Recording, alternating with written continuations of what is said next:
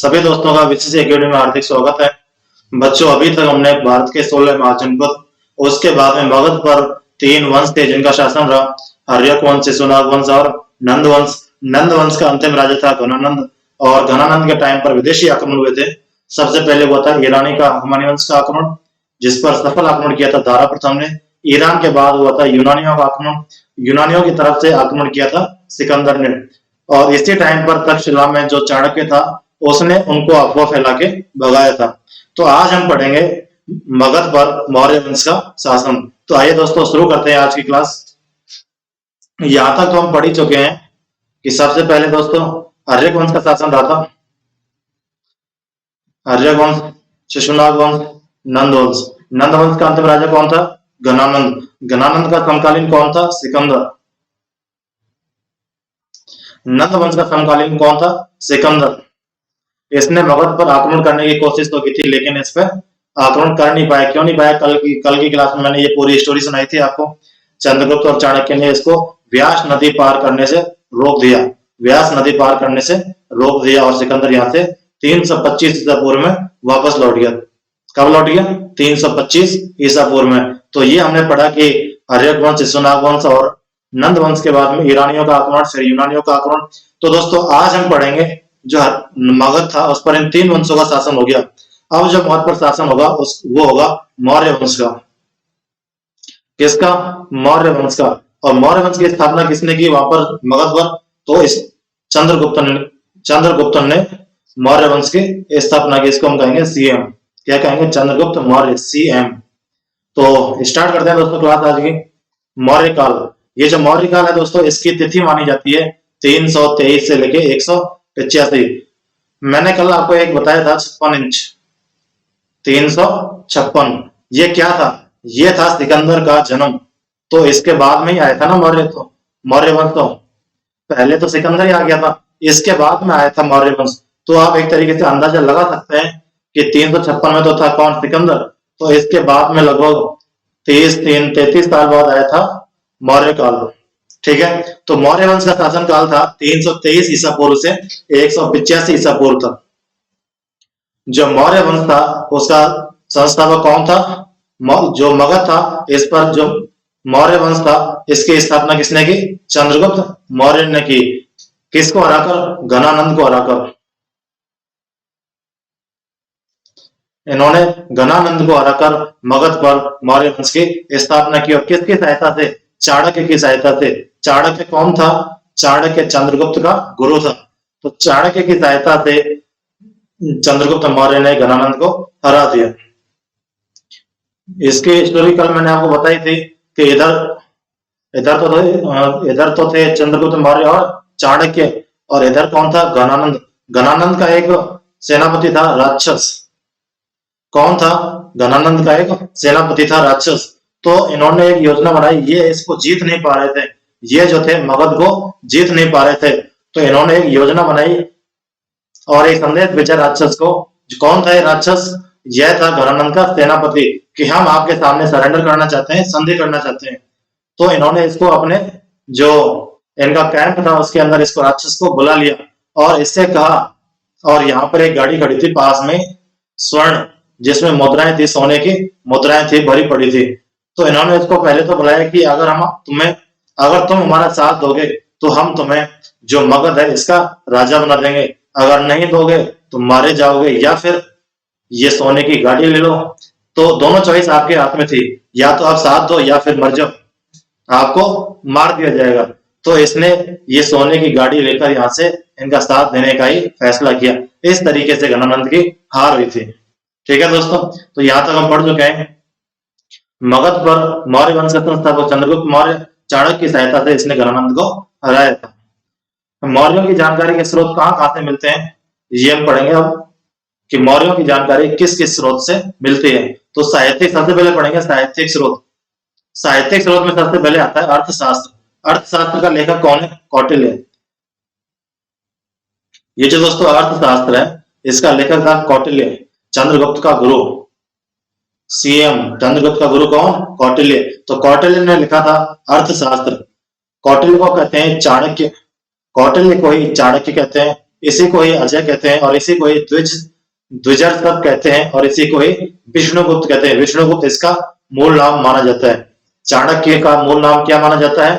विष्णुगुप्त। द्विजर्षभ किसको कहते हैं? ये कहते हैं ब्राह्मणों या विद्वानों में श्रेष्ठ, उसको बोलते हैं द्विजर्षभ। फिर देखिए चाणक्य, चाणक्य है चणक यानी कि ब्राह्मण जाति में उत्पन्न होने के कारण इसको चाणक्य कहा गया। और कौटिल्य कूटनीति में निपुण, कौटिल्य यानी कि कूटनीति में निपुण होने के कारण चाणक्य को कौटिल्य कहा गया। कौटिल्य को चाणक्य क्यों कहा गया? क्योंकि यह चाणक्य या ब्राह्मण जाति में उत्पन्न हुआ, इस कारण इसको चाणक्य कहा गया। अजय यानी कि जो कभी पराजित ना हो उसको अजय कहा गया। द्विजर्षभ कहा गया ब्राह्मणों या विद्वानों में श्रेष्ठ, वह कहलाता है द्विजर्षभ। विष्णुगुप्त इसका मूल नाम माना जाता है। अर्थशास्त्र के बारे में ये हमने देखा, इसके लेखक थे कौटिल्य। जो अर्थशास्त्र है दोस्तों, इसकी भाषा है संस्कृत। अर्थशास्त्र की भाषा है संस्कृत। इसकी शैली है गद्य एवं पद्य। ये हिंदी में भी कई बार आता है, जैसे कि आप पटवारी वगैरह के एग्जाम देंगे कि गद्य एवं पद्य को क्या बोलते हैं? इसको बोलते हैं चंपू। चंपू यानी कि गद्य एवं पद्य के संयुक्त रूप को चंपू कहते हैं। तो जो अर्थशास्त्र है कौटिल्य की, यह चंपू में लिखी गई थी, यानी कि गद्य में भी थी और पद्य में भी थी, कविताओं के रूप में भी थी और कहानी के रूप में भी थी। इसका विषय क्या है? इसका विषय कोई अर्थशास्त्र यानी कि पैसे से संबंधित नहीं है, यह राजनीति से संबंधित है। अर्थशास्त्र का जो विषय है भारतीय राजनीति पर लिखा गया ग्रंथ, भारतीय राजनीति पर लिखा गया प्रथम ग्रंथ। जो अर्थशास्त्र है भारतीय राजनीति पर लिखा गया प्रथम ग्रंथ है। इसमें किस चीज की जानकारी मिलती है अर्थशास्त्र में? जो अर्थशास्त्र है इसमें जानकारी मिलती है मौर्यकालीन राजनीतिक, प्रशासनिक, सामाजिक, आर्थिक विषयों की संपूर्ण जानकारी। मौर्यकालीन राजनीतिक, प्रशासनिक, सामाजिक व आर्थिक विषयों की संपूर्ण जानकारी। इसका जो विषय था वह क्या था? पैसे से संबंधित नहीं था, बल्कि राजनीति पर लिखा गया था अर्थशास्त्र। ठीक है, इसकी तुलना किससे की गई है? जो अर्थशास्त्र है कौटिल्य का, तो जो अर्थशास्त्र है इसकी तुलना की गई है मैकियावेली के द प्रिंस से। मैकियावेली के द प्रिंस से विश्व राजनीति पर लिखा गया प्रथम ग्रंथ क्या था? The Prince. द प्रिंस के लेखक कौन थे? मैकियावेली। इनको आप याद करें, इसमें एक एक लाइन इंपॉर्टेंट है कि चाणक्य के अर्थशास्त्र की तुलना निम्न में से किस ग्रंथ से की गई है? तो मैकियावेली के द प्रिंस से चाणक्य के अर्थशास्त्र की तुलना की गई है। ये मैकियावेली क्या है? मैकियावेली है दोस्तों विश्व राजनीति, विश्व राजनीति पर लिखा गया प्रथम ग्रंथ मैकियावेली है। ठीक है, मैकियावेली का कौन क्या है? The Prince. इसकी तुलना फिर की गई है अरस्तु। अरस्तु कौन था? मैंने कल आपको एक बताया था, SAP बताया था ना, सिकंदर का गुरु अरस्तु, अरस्तु का गुरु प्लेटो। तो अरस्तु का द पॉलिटी, अरस्तु की एक बुक थी, अरस्तु का एक ग्रंथ था द पॉलिटी। तो द पॉलिटी से भी इसकी तुलना की गई है। किसकी तुलना की गई है? चाणक्य के अर्थशास्त्र से। तो बताइए चाणक्य की अर्थशास्त्र की तुलना किस किस से की गई है?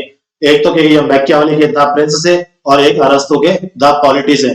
ठीक है, आगे देखें। चाणक्य को भारत का मैकियावेली भी कहा जाता है।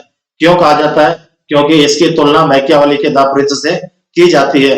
चाणक्य का जो अर्थशास्त्र है वह भारतीय राजनीति पर लिखा गया प्रथम ग्रंथ है, और जो मैकियावेली है वह विश्व राजनीति पर लिखा गया था। तो यह विश्व गुरु कहलाया और यह भारत का मैकियावेली कहलाया। ठीक है, अगला देखते हैं खोज। 1905 में अर्थशास्त्र की खोज कब हुई? हम पढ़ रहे हैं अर्थशास्त्र की खोज। अर्थशास्त्र की खोज 1905 में तंजौर के एक ब्राह्मण थे। कौन थे? भट्ट स्वामी। तंजौर के एक ब्राह्मण थे भट्ट स्वामी द्वारा अर्थशास्त्र की खोज की गई। भट्ट स्वामी ने इसकी एक हस्तलिखित पांडुलिपि, किसने? भट्ट स्वामी ने इसकी एक हस्तलिखित पांडुलिपि मद्रास के पुस्तकालय, मद्रास की जो लाइब्रेरी थी पुस्तकालय था उसका अध्यक्ष था प्रोफेसर, प्रो का मतलब प्रोफेसर श्याम शास्त्री को सौंपी।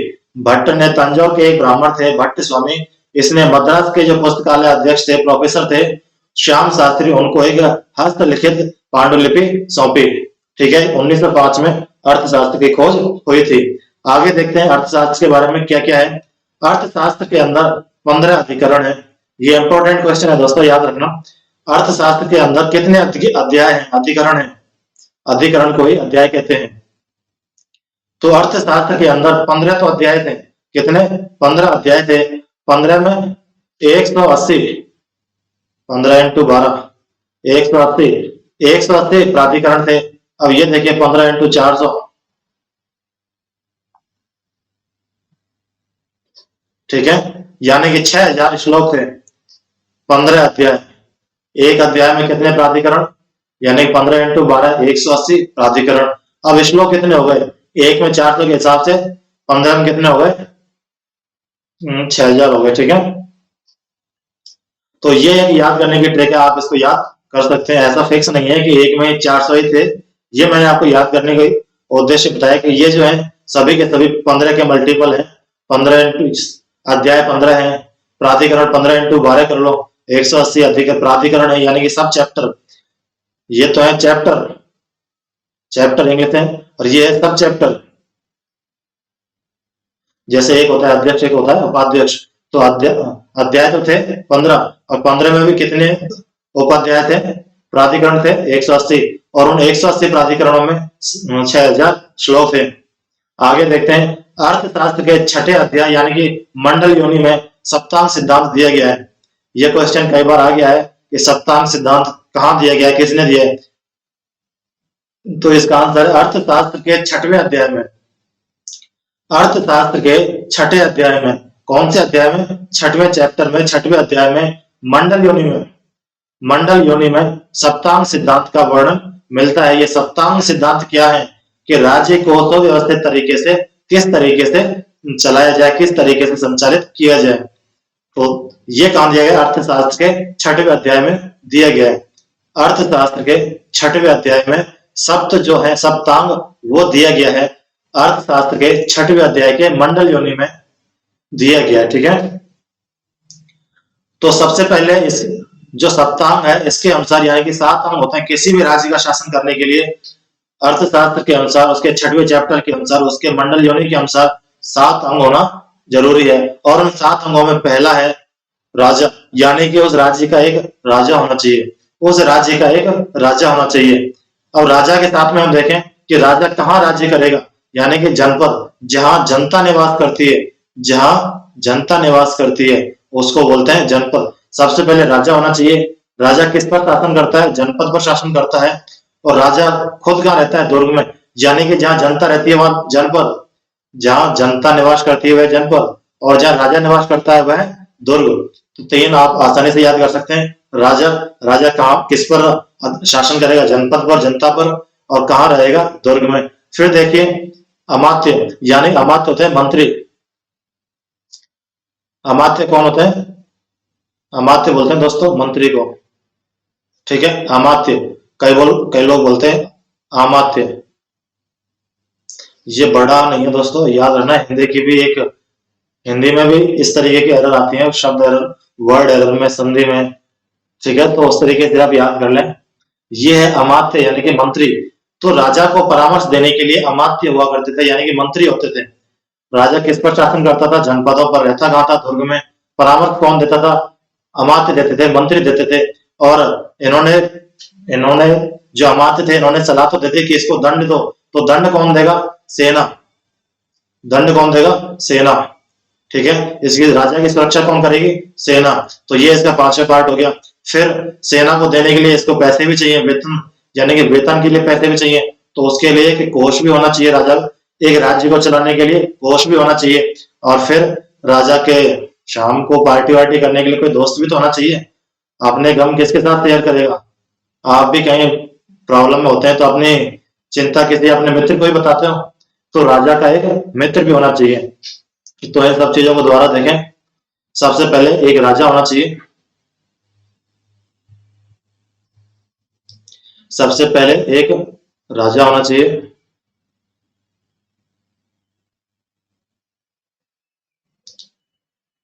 तो ये देखिए दोस्तों, सबसे पहले एक राजा होना चाहिए। राजा किस पर शासन करेगा, जनपदों पर। और राजा खुद कहाँ रहेगा, दुर्ग में। कहाँ रहेगा, दुर्ग में। और राजा को मंत्री सलाह कौन देगा, उसके अमात्य यानी कि मंत्री सलाह देंगे। उसके बाद में सलाह तो देती, लेकिन उस सलाह को अमल में कौन लाएगा, यानी कि सेना ही तो लाएगी। अब तुमने कह दिया कोई माने नहीं तो क्या मतलब उसका, इसलिए सेना भी जरूरी है, यानी कि सेना, आर्मी, ठीक है। अब सेना को देने के लिए क्या चाहिए, वेतन भी तो होना चाहिए, वेतन यानी कि कोष, ठीक है, कोष भी होना चाहिए। और राजा के टाइम पास के लिए उसके दोस्त भी तो होने चाहिए, ठीक है। तो उसके दोस्त, फ्रेंड। राजा, सबसे पहले राजा, जनपद, दुर्ग, अमात्य, सेना और कोष, फिर उसके दोस्त। ठीक है, तो इस तरीके से आप लिख सकते हैं। एक पार्टी भी है राजद, आरजेडी। ठीक है, राजद से पूछो, राजद से पूछो, आस्क। चलो, लिखने से कितनी हेल्प मिलती है, ये ट्रिक पहले नहीं बनाई थी लेकिन अब बन गई। आरजेडी एक पार्टी है, आरजेडी, राजा, जनपद, दुर्ग। आरजेडी एक पार्टी है, पॉलिटिकल पार्टी है, और पॉलिटिकल पार्टी से तो हम पूछेंगे कि तुमने ये पैसा कहाँ लगाया, ठीक है, तुमने क्या क्या काम किए। तो राजद एक पार्टी है, उससे हमने क्या किया, आस्क किया, यानी कि पूछा। आस्क का मतलब पूछना, आस्क। राजद, हमने एक पार्टी से पूछा, राजद से पूछा कि दो पैसे दो, राजद से आस्क किया, आस्क यानी कि पूछा कि दो पैसे दो विकास के लिए, राजद आस्क। ठीक है, इसको आप लिख लें सही तरीके से, नोट्स बनाए अच्छे तरीके से। हो सकता है आप ऐसे भूल जाए लेकिन अब आपको याद हो जाए। आरजेडी आस्क, राजद से आस्क करो कि पैसे दो। अब देखिए, शत्रु के शत्रु को मित्र बताएगी। चाणक्य का अर्थशास्त्र है, चाणक्य का जो अर्थशास्त्र है उसमें क्या है, शत्रु का जो शत्रु है वह मित्र बताया गया है। और अर्थशास्त्र में चंद्रगुप्त मौर्य का नाम का उल्लेख नहीं है। जो दोस्तों अर्थशास्त्र है, ये बहुत इंपॉर्टेंट लाइन है कि जो अर्थशास्त्र है उसमें चंद्रगुप्त मौर्य के नाम का उल्लेख नहीं है। इसमें चंद्रगुप्त मौर्य को सम्राट कहा गया है, सम्राट। क्या कहा गया है, सम्राट। कि जैसे कि चाणक्य ने लिख दिया अर्थशास्त्र में कि सम्राट आज वहां गए, उन्होंने ये खाया, उन्होंने वो किया, उन्होंने, सम्राट ने ये मीटिंग की। उसमें ये नहीं लिखा हुआ था कि चंद्रगुप्त मौर्य ने उस राजा को हराया, उन्होंने लिखा था कि सम्राट ने उस राजा को हराया, सम्राट वहां पर गया। तो समझ गए आप इस चीज को। अर्थशास्त्र में चंद्रगुप्त मौर्य के नाम का उल्लेख नहीं है, तो क्या है, सम्राट का उल्लेख है। ठीक है, अब देखें दूसरा महत्वपूर्ण जो ग्रंथ है, हमने अर्थशास्त्र पढ़ लिया है, इसका लेखक कौन था, चाणक्य था। चाणक्य के साथ वो छठवें अध्याय में मंडकोपनिषद में, मंडल योनि में 7 अपने सप्तांग थे, वो हमने सारा कुछ पढ़ लिया है। अब इसके बाद हम पढ़ेंगे इंडिका, यानी कि जो दूसरा स्रोत है जो मौर्य वंश की जानकारी देते हैं वह है इंडिका। इंडिका का लेखक है दोस्तों मेगास्थनीज। इंडिका का जो लेखक है वह है मेगास्थनीज। मेगास्थनीज, मेगास्थनीज के अनुसार जो भारतीय थे उनको लिखने का ज्ञान नहीं था, इसने बहुत लंबी लंबी फेंकी। मेगास्थनीज के अनुसार भारतीयों को लिखने का ज्ञान नहीं है, बहुत लंबी फेंक दी मेगास्थनीज ने। आगे देखिए, मेगास्थनीज कौन था। मेगास्थनीज जो था सेल्यूकस निकेटर का राजदूत था। इसको भी हम आगे पढ़ेंगे। कौन था मेगास्थनीज, यह सेल्यूकस निकेटर का राजदूत था। इनको याद कर लें, इनका एक एक चीज का हम आगे डिटेल में पढ़ेंगे। अभी मैं जो पढ़ा रहा हूं आप उसको पढ़ें अच्छी तरीके से। इंडिका के लेखक थे मेगास्थनीज, और मेगास्थनीज कौन था, मेगास्थनीज था सेल्यूकस निकेटर का राजदूत। मेगास्थनीज सेल्यूकस निकेटर का राजदूत था। ठीक है, भारत में राजदूत नियुक्त करने की परंपरा कहां से स्टार्ट हुई, इस मेगास्थनीज के यहाँ से जानकारी मिलती है। भारत में नियुक्त प्रथम विदेशी राजदूत कौन था, मेगास्थनीज था। मेगास्थनीज था ये कौन था, सेल्यूकस निकेटर का राजदूत था। मेगास्थनीज भारत में कब आया, मेगास्थनीज भारत में 305 ईसा पूर्व में आया। ये देखें, मेगास्थनीज कब आया, 305 ईसा पूर्व चंद्रगुप्त मौर्य के दरबार में आया था। मेगास्थनीज 305 ईसा पूर्व में चंद्रगुप्त मौर्य के शासनकाल में भारत आया था। और हमने देखा चंद्रगुप्त जो मौर्य है इसका शासन कब स्टार्ट हुआ, मौर्य काल स्टार्ट हुआ 323 में। ठीक है, और जो मेगास्थनीज आया था वो आया था 305 में, यानी कि मौर्य वंश तो आया था, इसका कार्यकाल स्टार्ट हुआ था 323 से, और जो मेगास्थनीज आया था दोस्तों ये आया था 305 ईसा पूर्व में। ठीक है, ये जो है इसकी मैं पीडीएफ आपको ग्रुप में शेयर कर दूंगा। मेगास्थनीज भारत में 305 ईसा पूर्व में आया था, चंद्रगुप्त मौर्य के दरबार में आया था। मेगास्थनीज 305 ईसा पूर्व में कहा आया था, चंद्रगुप्त मौर्य के दरबार में आया था। बहुत अच्छा क्वेश्चन है कि मेगास्थनीज किसके दरबार में आया था, तो मेगास्थनीज चंद्रगुप्त मौर्य के दरबार में आया था। जब आप इसको डिटेल में पढ़ेंगे तो आपको आसानी से याद हो जाएगा, लेकिन जब आप वन लाइनर याद करेंगे कि कहीं आपने देख लिया कि पानी कितने डिग्री सेल्सियस पर उबलता है तो आंसर 100 डिग्री, उसके तुरंत दूसरा क्वेश्चन आया कि मेगास्थनीज भारत में कब आया। तो उस तरीके से याद करने की वह लगता कोई हमें आसान है कि हमें एक क्वेश्चन याद हो गया, लेकिन वह जो क्वेश्चन है हमें सिर्फ 1 दिन या 2 दिन के लिए ही याद होता है। अगर आप इस तरीके से एक क्रम में याद करेंगे तो वह आपको एक लॉन्ग पीरियड तक याद रहेगा। तो आप बता सकते हैं कि भारत में सबसे पहले जो राजदूत था वह मेगास्थनीज था। मेगास्थनीज किसका राजदूत था? यह सेल्यूकस निकेटर का राजदूत था।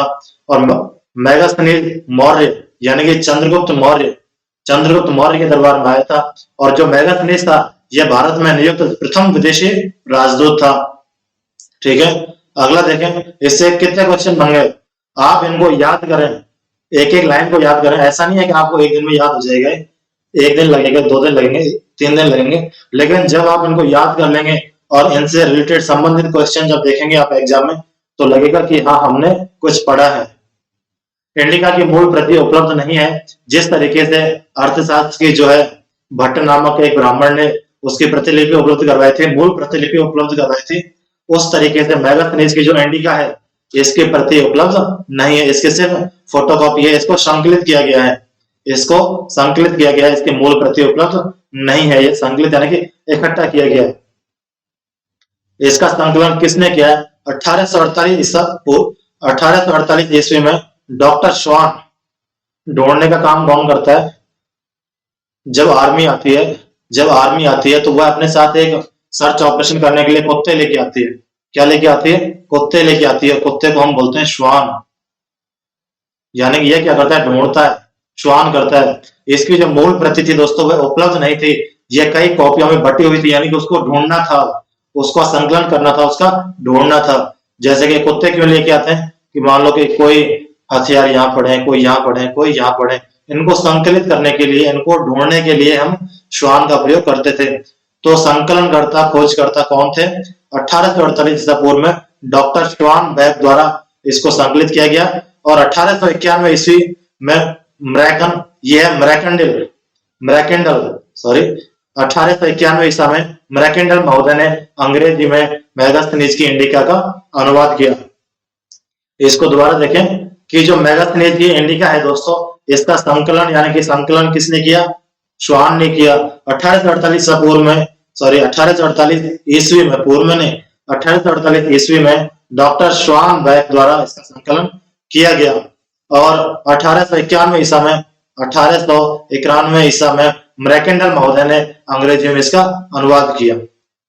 श्वान ने इसका संकलन किया और मैकेंडल ने इसका अनुवाद किया। ठीक है, आगे देखें, जो मेगास्थनीज की इंडिका है, आप इसको बार बार मैं इसलिए बोल रहा हूं कि आपको ये याद हो जाए। मेगास्थनीज की इंडिका, चाणक्य का अर्थशास्त्र। तो मेगास्थनीज की जो इंडिका है, इसमें मौर्यकालीन प्रशासन की जानकारी मिलती है, मौर्यकालीन अर्थव्यवस्था की जानकारी मिलती है, और जो मौर्यकालीन समाज है इत्यादि के बारे में जानकारी मिलती है। ये लाइन आपको अटपटी लगेगी, मुझे भी लगी है, लेकिन आप इसको जब पढ़ेंगे बार बार तब ये आपको आसानी से याद हो जाएगी। और हम बाद में पढ़ेंगे, ये मौर्यकाल जो है बहुत ही इंपॉर्टेंट है आपके प्राचीन भारत के इतिहास में। यहीं से आपके लगभग 90% क्वेश्चन बनते हैं। ठीक है, अब वो तो हमने याद कर ही लिया, HSN, हर्षवर्धन और नंदवंश, हमने ईरानी वंश भी याद कर लिया बिल्कुल अच्छी तरीके से। आप जब उनको 1-2 बार पढ़ेंगे तो याद हो जाएंगे, इसमें ऐसा कुछ भी टफ नहीं है। इधर देखिए जानकारी, मौर्यकालीन प्रशासन, अर्थव्यवस्था एवं समाज के बारे में जानकारी मिलती है। चंद्रगुप्त मौर्य का उल्लेख मिलता है। जो अर्थशास्त्र रहा, जो कौटिल्य का जो अर्थशास्त्र रहा, उसमें अर्थशास्त्र में किसका उल्लेख नहीं है? ये चंद्रगुप्त मौर्य का उल्लेख नहीं है उसमें। चंद्रगुप्त मौर्य के लिए सम्राट का प्रयोग किया गया, लेकिन जो मेगास्थनीज की इंडिका बुक है उसमें चंद्रगुप्त मौर्य का उल्लेख है। चंद्रगुप्त, इसकी जो मेगास्थनीज की इंडिका है, इसके अनुसार सबसे बड़ा जो नगर है वह है पाटलिपुत्र। मेगास्थनीज की इंडिका के अनुसार जो सबसे बड़ा नगर है वह है पाटलिपुत्र। कौन सा? पाटलिपुत्र। पाटलिपुत्र को और क्या कहा गया है? पाटलिपुत्र को पोलीब्रोथा कहा गया है। पाटलिपुत्र को पोलीब्रोथा कहा गया है। पीपी, पाटलिपुत्र को क्या कहा गया है? पोलीब्रोथा। ठीक है, उत्तरापथ का उल्लेख है। जो मेगास्थनीज की इंडिका है इसमें उत्तरापथ का उल्लेख है, इसको भी हम आगे पढ़ेंगे। संपूर्ण भारतीयों को 7 जातियों का उल्लेख है, यानी कि मेगास्थनीज की इंडिका के अनुसार संपूर्ण भारत में, पूरी इंडिया में कितनी जातियों का उल्लेख है? 7 में। कौटिल्य के अर्थशास्त्र के अनुसार सप्तांग यानी कि किसी राज्य पर शासन करने के लिए सप्तांग होने चाहिए। JDU आस्क और डी, हमने पढ़ा था अभी, JDU ASK और डी, ठीक है, RJD sorry, Rajad, RJD, RJD और RJD एक पार्टी है, उससे आस्क करो और आस्क इसके बारे में करना है कि पैसे दो विकास के लिए। तो याद करो RJD आस्क डी, ये सप्तांग थे दोस्तों कौटिल्य के 6वें अध्याय के सब उसमें मंडल योनि में सप्तांग थे किसी राज्य पर राज्य करने के लिए। उसी तरीके से मेगास्थनीज की इंडिका के अनुसार भारत में, संपूर्ण भारत में 7 जातियां थी। तो साथ साथ इस तरीके से याद कर सकते हैं। भारत में दास प्रथा का उल्लेख नहीं मिलता है। मेगास्थनीज की इंडिका के अनुसार बताइए, दास प्रथा का उल्लेख मिलता है? नहीं मिलता, दास प्रथा का उल्लेख नहीं है, ठीक है। मेगास्थनीज के अनुसार भारत में कोई भी अकाल नहीं पड़ा, लंबे फेंक दिए भी, उस टाइम अकाल ही पड़े थे। अब तीसरा हम जो पढ़ेंगे वह है राज तरंगणी, यानी कि राज तरंगणी के लेखक हैं कल्हण, ठीक है।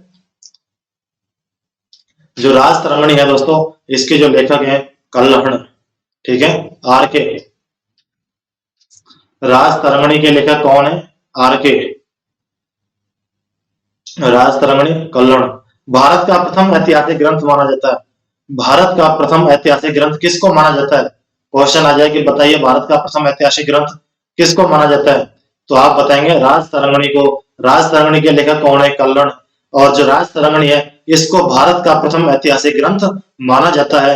राज तरंगणी अशोक द्वारा झेलम नदी के किनारे श्रीनगर की स्थापना का उल्लेख है। राज तरंगणी के अनुसार अशोक द्वारा, किसके द्वारा? अशोक द्वारा, चंद्रगुप्त मौर्य के बाद में जो शासक हुआ अशोक द्वारा झेलम नदी के किनारे श्रीनगर की स्थापना, श्रीनगर की स्थापना राज तरंगणी के अनुसार किसने की? अशोक ने की। अशोक ने श्रीनगर की स्थापना झेलम नदी के किनारे की। इसका उल्लेख हमें किस में मिलता है? अर्थशास्त्र में चाणक्य का जो अर्थशास्त्र है उसमें मिलता है, मेगास्थनीज की इंडिका है उसमें मिलता है, या फिर राज तरंगणी में मिलता है, या फिर नीचे दिया गया है मुद्रा राक्षस इसमें मिलता है। तो हमारा आंसर होगा कि जो श्रीनगर है इसका उल्लेख हमें राज तरंगणी में मिलता है, ठीक है। अगला देखें, मुद्रा राक्षस, इसके लेखक हैं विशाख दत्त। कौन है? विशाख दत्त। मैंने आपको थोड़ी देर पहले बताया था कि ये तो था चाणक्य और ये था गणानंद का सेनापति राक्षस। ये तो था चाणक्य, ठीक है, चंद्रगुप्त मौर्य, चाणक्य या चंद्रगुप्त मौर्य। इन्होंने ये जो राक्षस नाम का सेनापति था, इन्होंने अपने इधर बुलाया था। और यह मुद्राओं में बिक गया। किस में? मैंने बताया था यहाँ पर एक गाड़ी खड़ी थी मुद्राओं से भरी हुई सोने की। तो यह जो राक्षस था, यह सोने की मुद्राओं वाली गाड़ी को लेकर निकल लिया और इसने इनका साथ दिया था, ठीक है।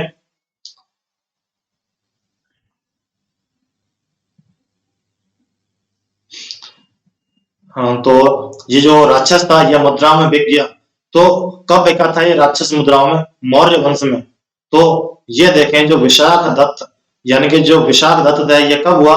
मौर्य काल में। इस जो वर्णन है विशाख दत्त ने मुद्रा राक्षस में, विशाख दत्त ने मुद्रा राक्षस में मौर्य जो वंश है उसका उल्लेख किया है। तो हमारा क्वेश्चन है कि मौर्य वंश का उल्लेख किसमें मिलता है? तो मौर्य वंश का उल्लेख मिलता है इस राक्षस से संबंधित है, मुद्रा राक्षस। राक्षस मुद्राओं में विज्ञा, तो एक ग्रंथ आ गया मुद्रा राक्षस। मुद्रा राक्षस किससे संबंधित था? मौर्य वंश से, कह सकते हैं आप। तो मुद्रा राक्षस मौर्य वंश से संबंधित था और मुद्रा राक्षस का जो लेखक था वह था विशाख दत्त। मुद्रा राक्षस का टीकाकार कौन था? दूढ़ीराज। कौन था? दूढ़ीराज, ठीक है। टीका बोलते थे एक तरीके से टिप्पणी। मुद्रा राक्षस का टीकाकार कौन था? दूढ़ीराज, ठीक है। अगला है मुद्रा राक्षस। इसमें जानकारी किस किस की मिलती है? जो मुद्रा राक्षस है इसमें दोस्तों नंद वंश की जानकारी मिलती है, मौर्य वंश की जानकारी मिलती है और गुप्त काल की भी जानकारी मिलती है। यानी कि इसमें 3 वंशों की जानकारी मिलती है मुद्रा राक्षस में। मुद्रा राक्षस में टोटल 3 वंशों की जानकारी मिलती है। कौन कौन से वंशों की जानकारी मिलती है? नंद वंश, सबसे पहले नंदवंश, फिर नंदवंश घनानंद जो है था उसके बारे में जानकारी मिलती है, फिर मौर्य वंश के बारे में मिलती है, फिर गुप्त काल, हम गुप्त काल ही पढ़ेंगे, बाद में पढ़ेंगे। इन तीनों के बारे में जानकारी मिलती है। किसमें मिलती है? मुद्रा राक्षस में। ठीक है,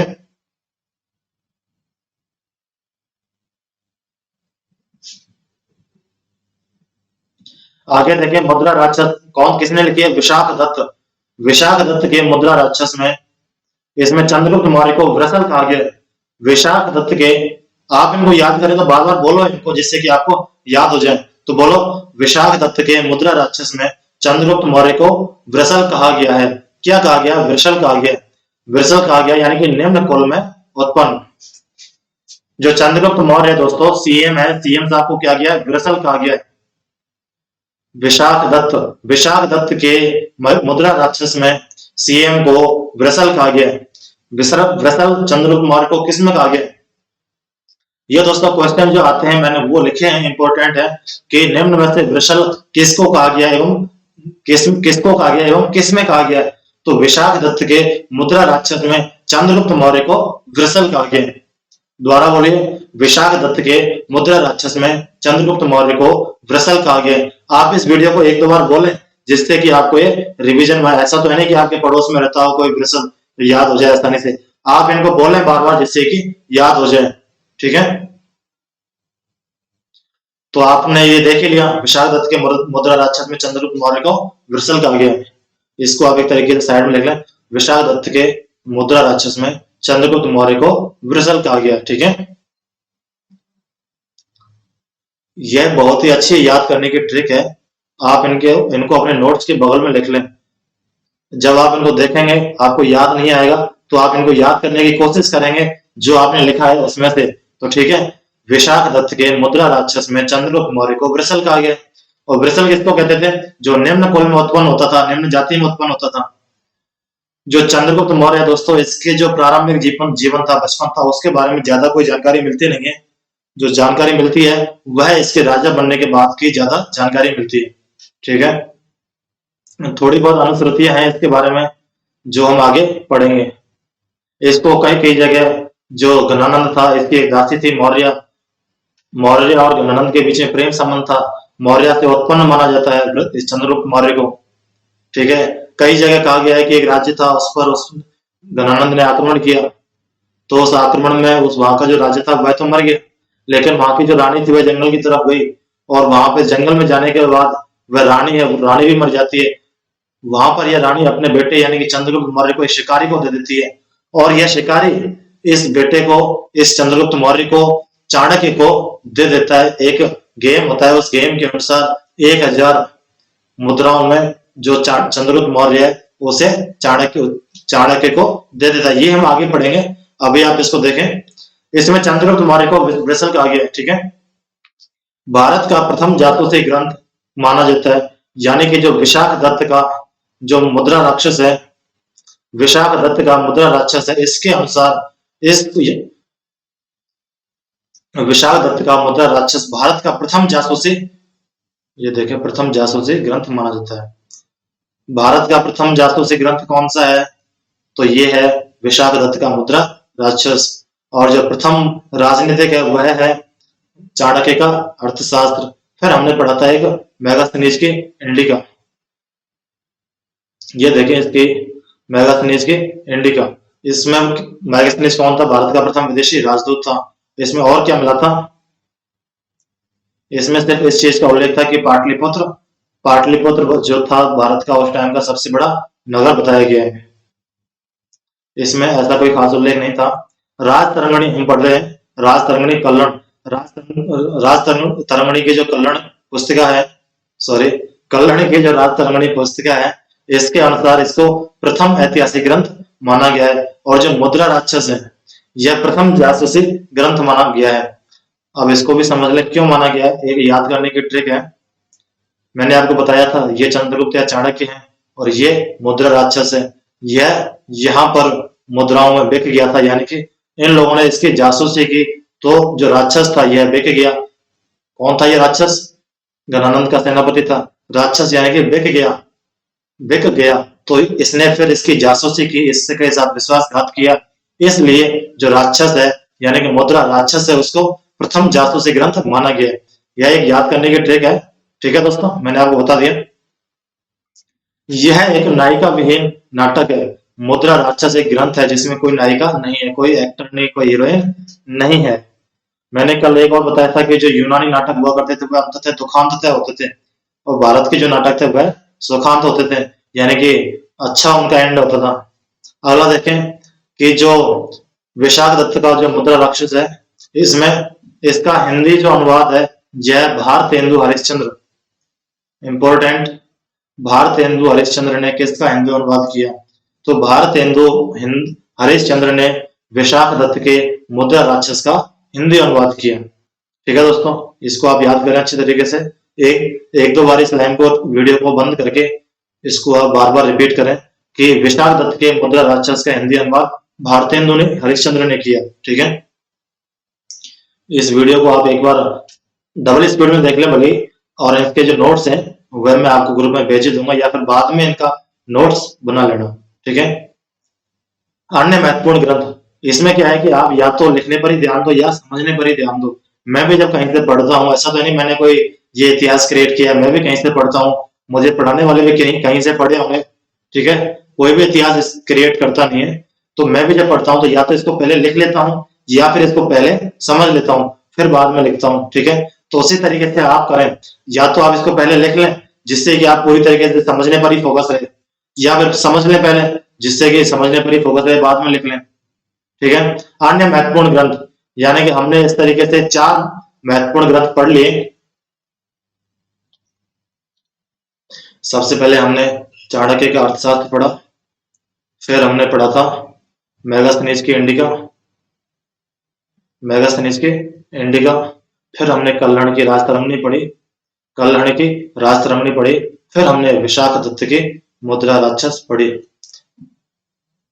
अब ये भी देखो ट्रिक बन गई, एयर इंडिया, AIR यानी अर्थशास्त्र, इंडिका, राजतरंगिणी, कल्याण की, और ये मुद्रा राक्षस बन गई ना ट्रिक। AIR एयर में उड़ेंगे, अब तो कहाँ उड़ेंगे, ये सब कुछ पढ़ने के बाद हम कहाँ उड़ेंगे, एयर में उड़ोगे अब तो। ठीक है ना, ये देखो अब ये इस तरीके से क्यों है लिखना, ये देखिए मौर्यों की जानकारी के स्रोत कौन कौन से हैं,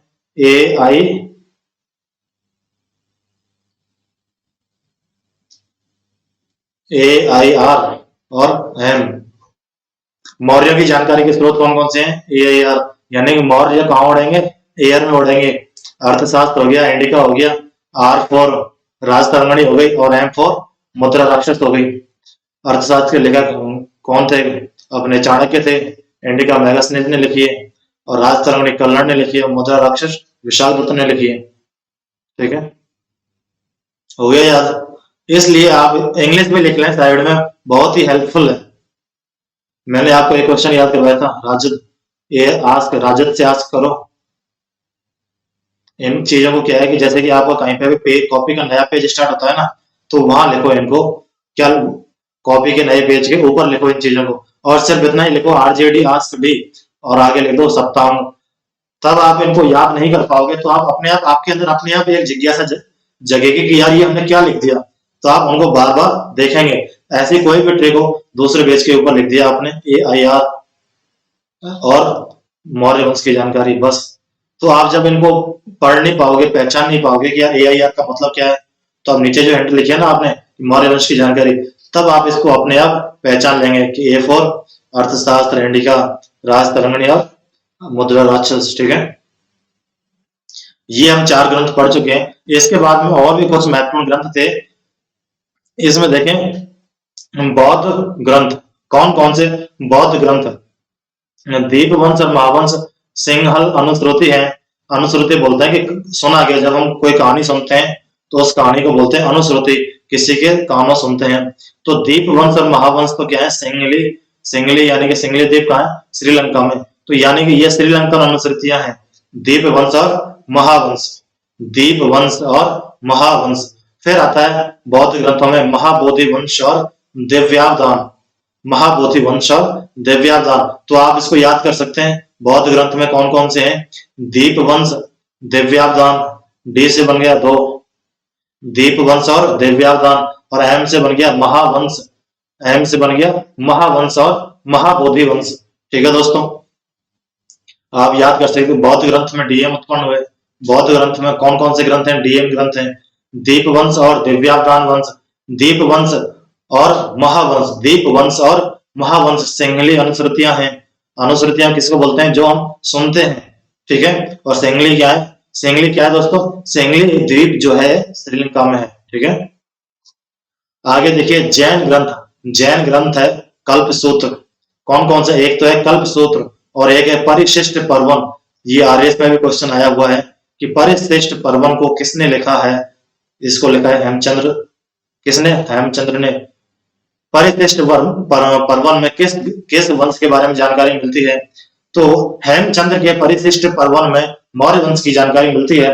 आप इसको ऐसे याद मत करो परिशिष्ट पर्वन में उस वंश की जानकारी मिलती है, आप इसको याद करो कि हेमचंद्र के परिशिष्ट पर्वन में मौर्य वंश की जानकारी मिलती है। इसमें आपके 3 क्वेश्चन क्लियर हो गए। हेमचंद्र ने किसको लिखा, परिशिष्ट पर्वन को लिखा। परिशिष्ट पर्वन को किसने लिखा, हेमचंद्र ने लिखा। उल्टा सीधा क्वेश्चन पूछ सकता है। और हेमचंद्र के परिशिष्ट पर्वन में कौन से वंश की जानकारी मिलती है, तो आप कहेंगे मौर्य वंश की जानकारी। फिर अच्छा, जब ये क्वेश्चन आ गया तो बताइए ये क्यों नहीं आ सकता, तो ये भी आ सकता है। वो क्वेश्चन बार बार रिपीट नहीं करेगा। आरएस की एग्जाम कोई छोटी मोटी या पटवारी वगैरह या फिर कहें तो कांस्टेबल की एग्जाम नहीं है। जब उसने यह क्वेश्चन पूछ लिया तो यह भी क्वेश्चन वह पूछ सकता है। तो इसको याद करें कि मौर्य वंश की जानकारी हमें 2 जैन ग्रंथों में मिलती है। कौन कौन से हैं 2 जैन ग्रंथ, एक तो है कल्पसूत्र, भद्रबाहु का कल्पसूत्र, और एक है परिशिष्ट पर्वन, हेमचंद्र का परिशिष्ट पर्वन। एचपी गैस तो नहीं है ना, एचपी गैस।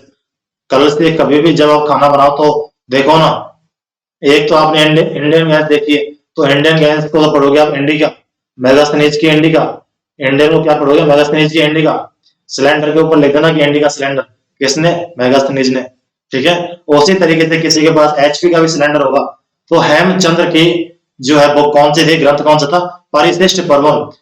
जो आपके सिलेंडर के ऊपर लिखा हुआ है ना एचपी, उसको आप डिकोड करो, उसकी फुल फॉर्म लिखो, हेमचंद्र की परिशिष्ट पर्वन, हेमचंद्र की परिशिष्ट पर्वन। एच के आगे ऐसे तीर बना के लिख दो परिशिष्ट पर्वन, और पी, एच के आगे हेमचंद्र लिखो और पी के आगे परिशिष्ट पर्वन लिखो। ठीक है, ये तो आप लिख ही सकते हैं। फिर है भद्रबाहु की कल्पसूत्र, भद्रबाहु की कल्पसूत्र।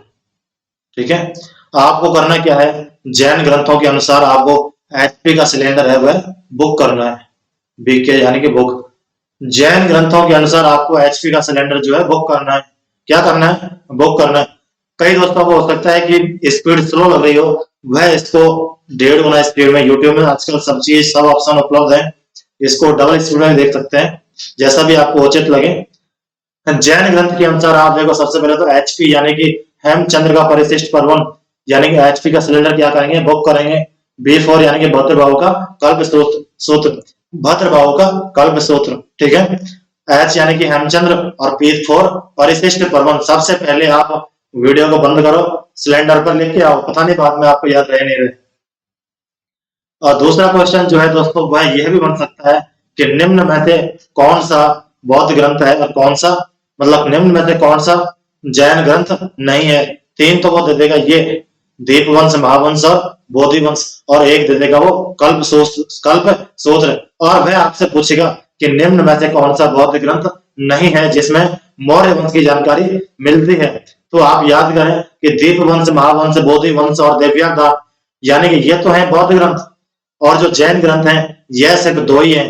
जैन ग्रंथ की कौन कौन से हैं, केपी यानी कि कल्पसूत्र और परिशिष्ट पर्वन। कल्प जो सूत्र है, मैंने आपको बताया कल्पसूत्र, K4 कल्पसूत्र और B4 बुक, यानी कि इसको याद करें, भद्रबाहु ने किसको लिखा, कल्पसूत्र को लिखा।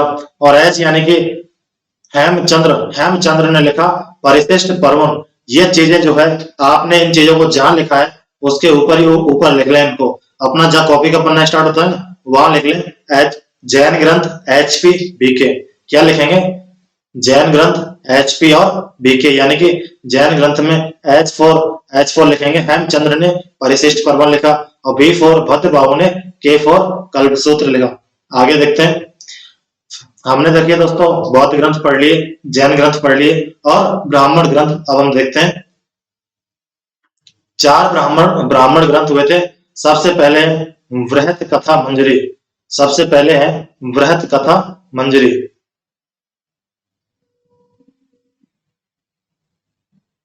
वृहत कथा मंजरी, क्षेमेंद्र का वृहत कथा मंजरी।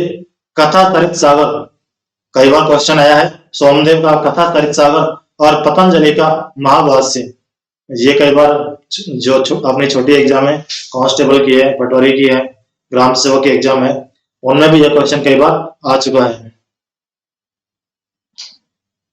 देखें K4 क्षेमेंद्र का वृहत कथा मंजरी, सोमदेव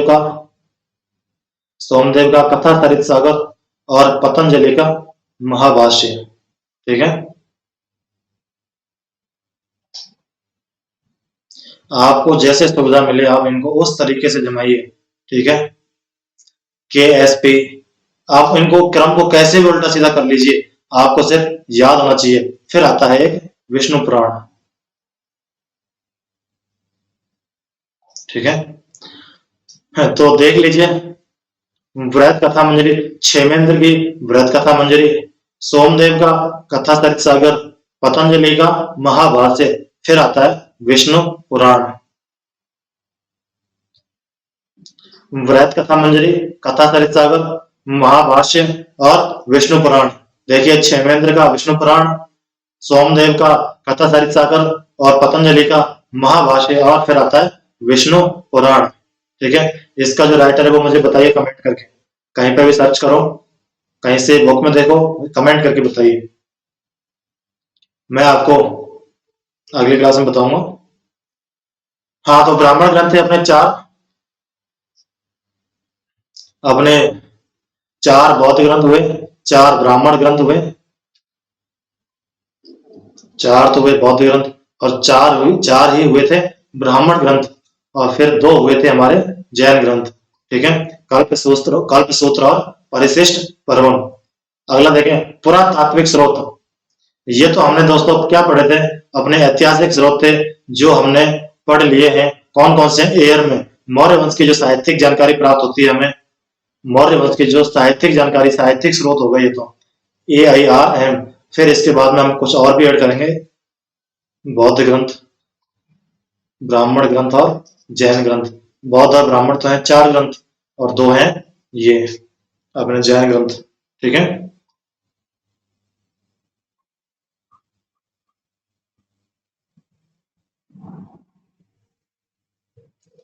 अब हम देखेंगे दोस्तों, हम साहित्यिक स्रोत पढ़ चुके हैं।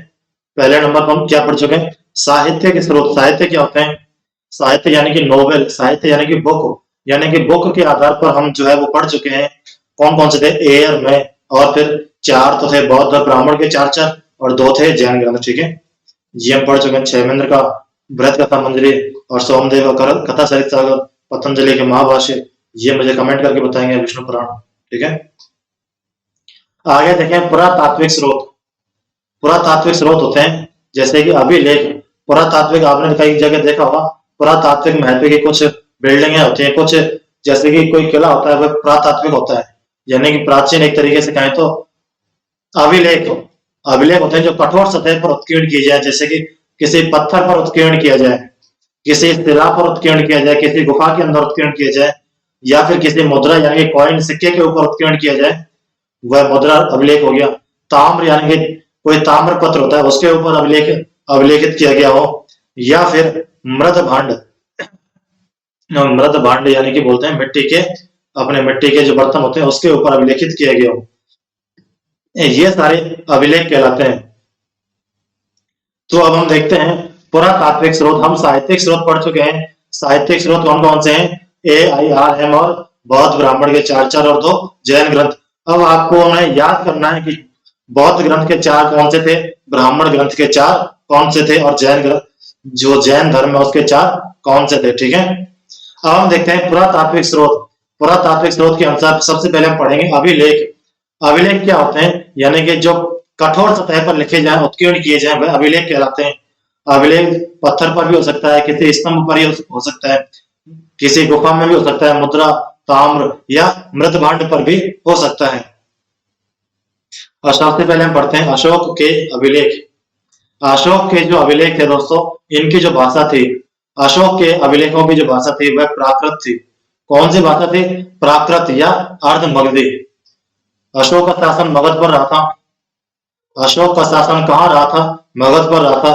तो भाषा अर्ध मगधी, उनके अभिलेखों की भाषा अर्ध मगधी। ठीक है। अशोक के जो अभिलेख थे उनकी खोज कब हुई? 1750 ईस्वी में। किसने की? टी फैंथेलर। ये क्वेश्चन एग्जाम में आया हुआ क्वेश्चन है। ठीक है। इसको आप किसी तरीके से लिख लो। मैं कहूं कि अशोक के अभिलेखों की खोज टी फैंथेलर ने 1750 ईस्वी में की, तो वो लिखना सही है या फिर ये लिखना सही है? खोज 1750 में की। किसने की? टी फैंथेलर ने। इससे क्या है कि आपकी जो मेहनत है राइटिंग की वो भी बचेगी और आपको याद भी जल्दी होता है इससे। तो अशोक के अभिलेखों की खोज टी फैंथेलर ने 1750 ईस्वी में की थी। इसके बाद में सर्वप्रथम दिल्ली मेरठ स्तंभ को खोजा। जो टी फैंथेलर था, इसने सर्वप्रथम दिल्ली मेरठ स्तंभ को खोजा था। फैंथेलर ने, क्वेश्चन है इंपॉर्टेंट है कि फैंथेलर ने सबसे पहले किस स्तंभ लेख को खोजा?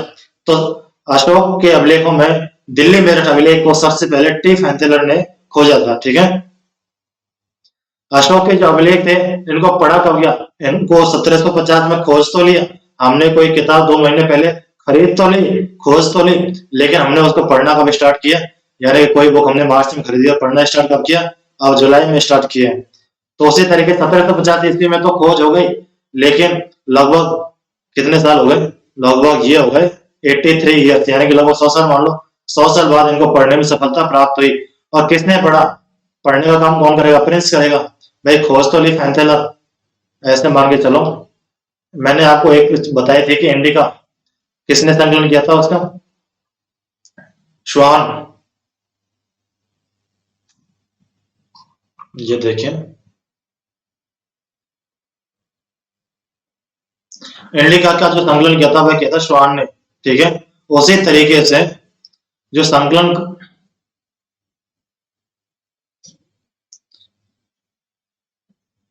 उसी तरीके से जो अशोक के जो अभिलेख हैं, खोज तो लिया किसने? फैंथेलर।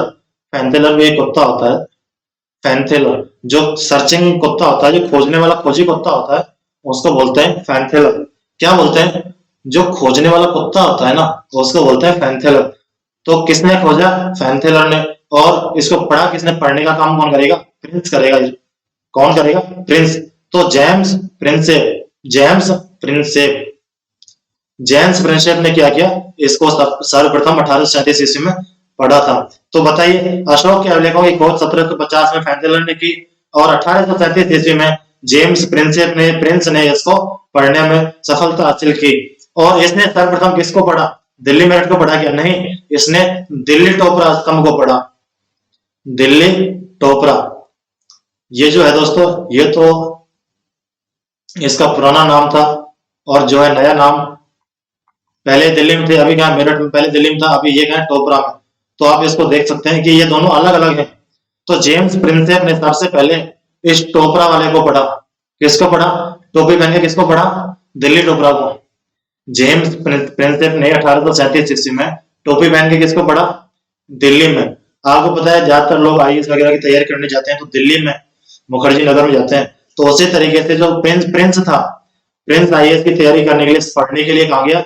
दिल्ली में टोपी उतार कर पढ़ा। याद कर सकते हैं, याद करने के ट्रिक है। ठीक है। तो जेम्स प्रिंसेप ने दिल्ली टोपरा स्तंभ को सर्वप्रथम पढ़ा था 1837 ईस्वी में। और जो अशोक के अभिलेख हैं, इनकी लिपि क्या है? इनकी जो लिपि है वह ब्राह्मी, खरोष्टी, ग्रीक और आरमाइक। ब्राह्मी, खरोष्टी, ग्रीक और आरमाइक। जो ब्राह्मी लिपि है बाएं से दाएं, ब्राह्मी सबसे पहले बा आ रहा है तो यानी कि बाएं से दाएं। खरोष्टी, ब्राह्मी की तरह खरोष्टी उल्टी है, अपोजिट है। ब्राह्मी का अपोजिट दाएं से बाएं। फिर है ग्रीक और आरमाइक। ठीक है। ये तो हो गए अशोक के अभिलेख। अब हम पढ़ेंगे अभिलेखों के बारे में। गुफा स्थापत्य मौर्य कालीन की जो अशोक के अभिलेख हैं इसके अनुसार सबसे पहले देखो शिलालेख वो हमने पढ़े थे, अभिलेखों में हमने देखे थे अभिलेखों की खोज के बारे में पढ़ा हमने, किसने खोज की किसने पढ़ा, ये हमने सारा कुछ पढ़ा। उनकी भाषा कौन सी थी और लिपि कौन सी थी, इन दोनों में अंतर है। भाषा है अर्ध मगधी, मगध में भाषा, ठीक है। हम हिंदुस्तान में रहते हैं तो भाषा हिंदी, मगध में रहेंगे तो भाषा भाषा मगधी। लिपि कौन सी है, लिपि है ब्राह्मी, खरोष्टी, ग्रीक और आरमाइक। अपने भारत में भी कई लिपियां लिखते हैं, जैसे कि उर्दू भी कह सकते हैं। उसी तरीके से जो हमारी भाषा थी अशोक के अभिलेखों में वह अर्ध मगधी भाषा थी। अब देखिए अशोक के अभिलेख गुफा स्थापत्य मौर्य काल की देन है। जो गुफा स्थापत्य है दोस्तों यह मौर्य काल के देन है, इसको लिख लें आप। इसमें एक एक चीज इंपॉर्टेंट है। आप आरएस की तैयारी कर रहे हैं, आप आरएस की स्टार्टिंग कर रहे हैं, कोई मजाक थोड़ी है जो ये छोड़ देंगे वो छोड़ देंगे। अशोक के जो अभिलेख हैं वह दो अभिलेख मिलते हैं, एक तो होते हैं बृहद अभिलेख और एक होते हैं लघु अभिलेख। जो बृहद अभिलेख है इनकी संख्या यानी कि 14। इसमें देखिए 14 लाइनें हैं। कितनी, ये सारी जो है 14 लाइन है। 14 लाइन यानी कि एक लाइन एक स्थान को इंडिकेट करती है, यानी कि यह 14 स्थानों से प्राप्त हुए।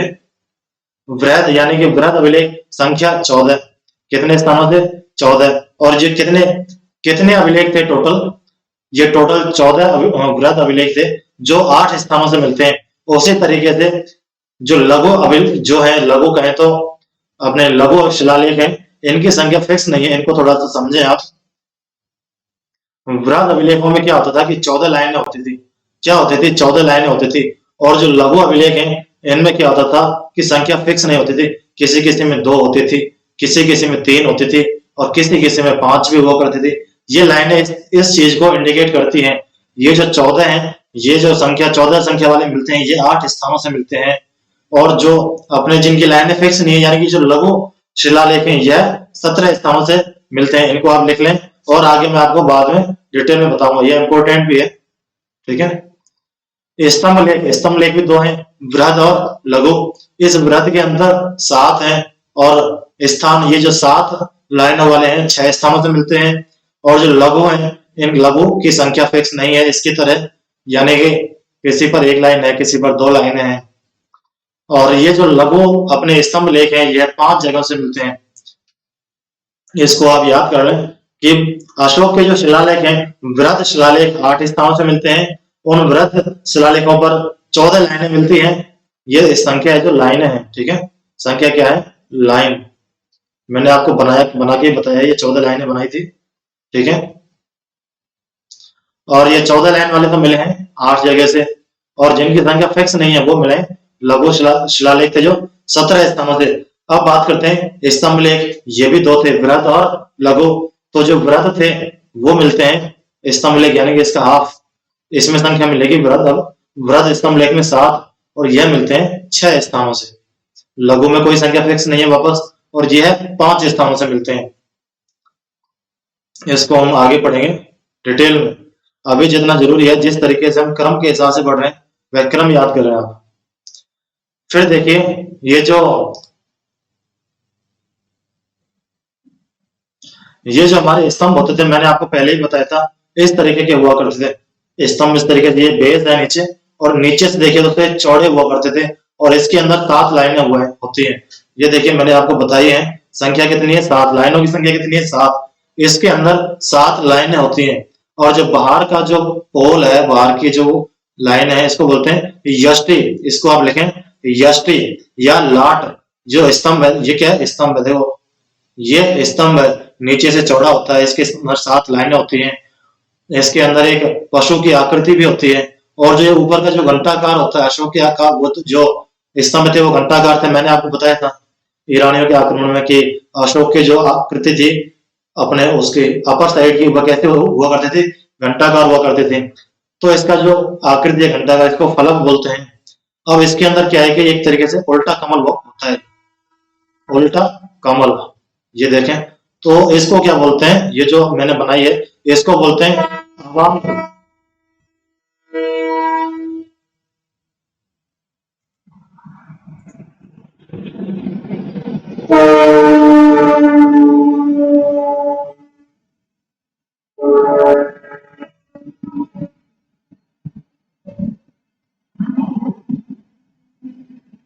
थोड़ा सा ट्रेन का डिस्टर्बेंस हो गया दोस्तों, शायद आपको आगे होगा।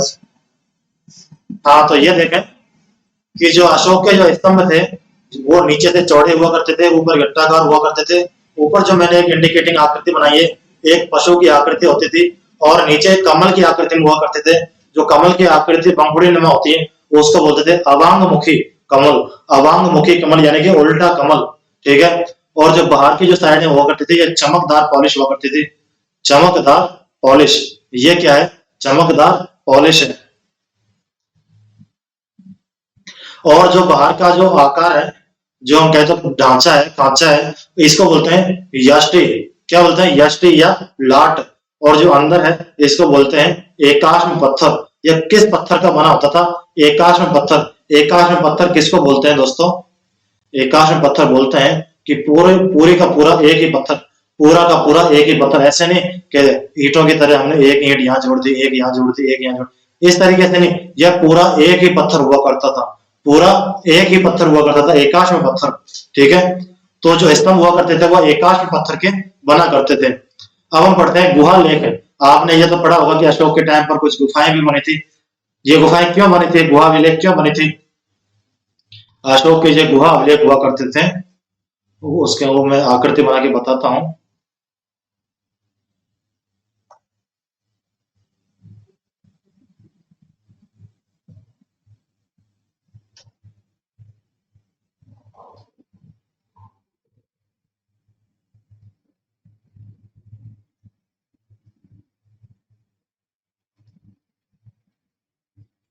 हाँ, तो ये देखिए दोस्तों, अशोक के जो गुहा लेख हुआ करते थे वो कुछ इस तरीके के हुआ करते थे।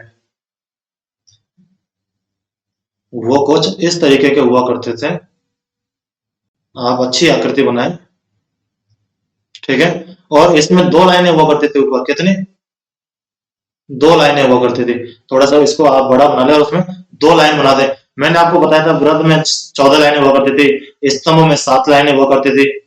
वृद्ध में 14, स्तंभ में 7, और गुहा में 2 लाइनें हुआ करती थी, ठीक है। और आकृति इनके इस तरीके की हुआ करती थी। अब ये देखें, अशोक की जब गुहाएं थी वो क्यों बनाई थी? गुफाएं थी वो क्यों बनाते थे? आजीवन धर्म के अनुयायियों के निवास हेतु गुफाओं का निर्माण किया गया था। और टोटल 7 गुफाओं का निर्माण किया गया था। टोटल कितनी गुफाओं का निर्माण किया गया था? ये आप इसको अलग कर लें। आप इसको नोट्स बनाए तो अच्छे नोट्स बनाए, ठीक है। जो गुफाएं थी आजीवन धर्म के अनुयायियों के निवास हेतु बनाई गई थी। कुल 7 गुफाएं थी, और इसमें 3 तो बनी थी अशोक ने। 3 किसने बनाई थी? 3 तो बनाई थी दोस्तों अशोक ने, और 4 बनाई थी दशरथ ने। 3 बनाई थी अशोक ने, और 4 अशोक शब्द में कितनी कितने वर्ड शब्द हैं? 3 शब्द हैं। और दशरथ में 4 शब्द हैं। तो 4 गुफाएं तो बनाई दशरथ ने और 3 बनाई अशोक ने, ठीक है। अशोक ने जो 3 गुफाएं बनाई थी उनके नाम क्या है? कर्ण चौपड़ या कर्ण चौपर, कर्ण चौपड़ या कर्ण चौपर। फिर है विष्णु झांपड़ी, फिर है विष्णु झांपड़ी, या फिर है सुदामा। अशोक ने 3 गुफाओं का निर्माण करवाया था। पहली है कर्ण चौपड़, दूसरी है पहली कर्ण चौपड़, दूसरी है विष्णु झोंपड़ी, और तीसरी है सुदामा। केवीएस जानते हो क्या है? केंद्रीय विद्यालय, ठीक है, केवीएस। तो अशोक ने कहाँ पढ़ाया? कहाँ पर रखा इनको? आजीवन जो संप्रदाय के अनुयायी थे इनको, आजीवन धर्म के अनुयायियों को केवीएस स्कूल में। केवीएस का मतलब है कर्ण चौपड़, विश्व झांपड़ी और सुदामा। और फिर है दशरथ। दशरथ ने 4 गुफाओं का निर्माण करवाया। पहला है गोपिका, इनकी हम बाद में डिटेल में पढ़ेंगे। गोपिका, फिर है ये वा, फिर है वापिका, वापिका, गोपिका के बाद में है वापिका, फिर है पद्धति या पद्धति, फिर है लोमेश, ठीक है। GVPL।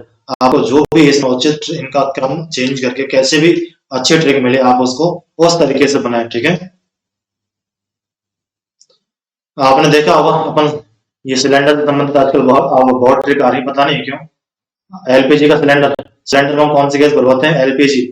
तो लोमेश, पद्धति और गोपिका, LPGV, ठीक है। हो गया LPGV। लिख लें आप इसको। और ये भी लिखें। मैंने आपको इसलिए कहा कि आप बाद में लिखें। अब आपने ये लिख लिया, अब किस तरीके से याद करेंगे? अब आपने लिखा होता एलपीजी के हिसाब से, सबसे पहले लोमेश लिखा होता, फिर पद्धति पद्धति लिखा होगा, फिर आपने वापिका लिखा होगा, फिर आपने गोपिका लिखा होगा, तो आपकी यह ट्रिक भी सार्थक हो जाती है, आपको क्रम में याद हो जाते हैं। ठीक है, इसलिए आप इसको पहले समझें फिर लिखें।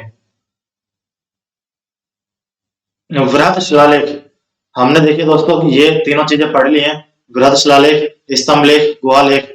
वृहत शिलालेखों में लाइनें 14 हुआ करती थी, स्तंभ लेख में 7 हुआ करती थी, और गुहा अभिलेख में 2 लाइनें हुआ करती थी। अपने जो वृहत अभिलेख 8 स्थानों से प्राप्त हुए हैं, वृहत अभिलेख 8 स्थानों से प्राप्त हुए हैं, और अपने स्तंभ लेख 6 स्थानों से प्राप्त हुए हैं। गुहा अभिलेख अपने इसमें स्थान नहीं दिए हैं, इसमें 2 लाइनें हुआ करती थी, और गुहा अभिलेख जो थे टोटल 7 गुफाओं का निर्माण हुआ है।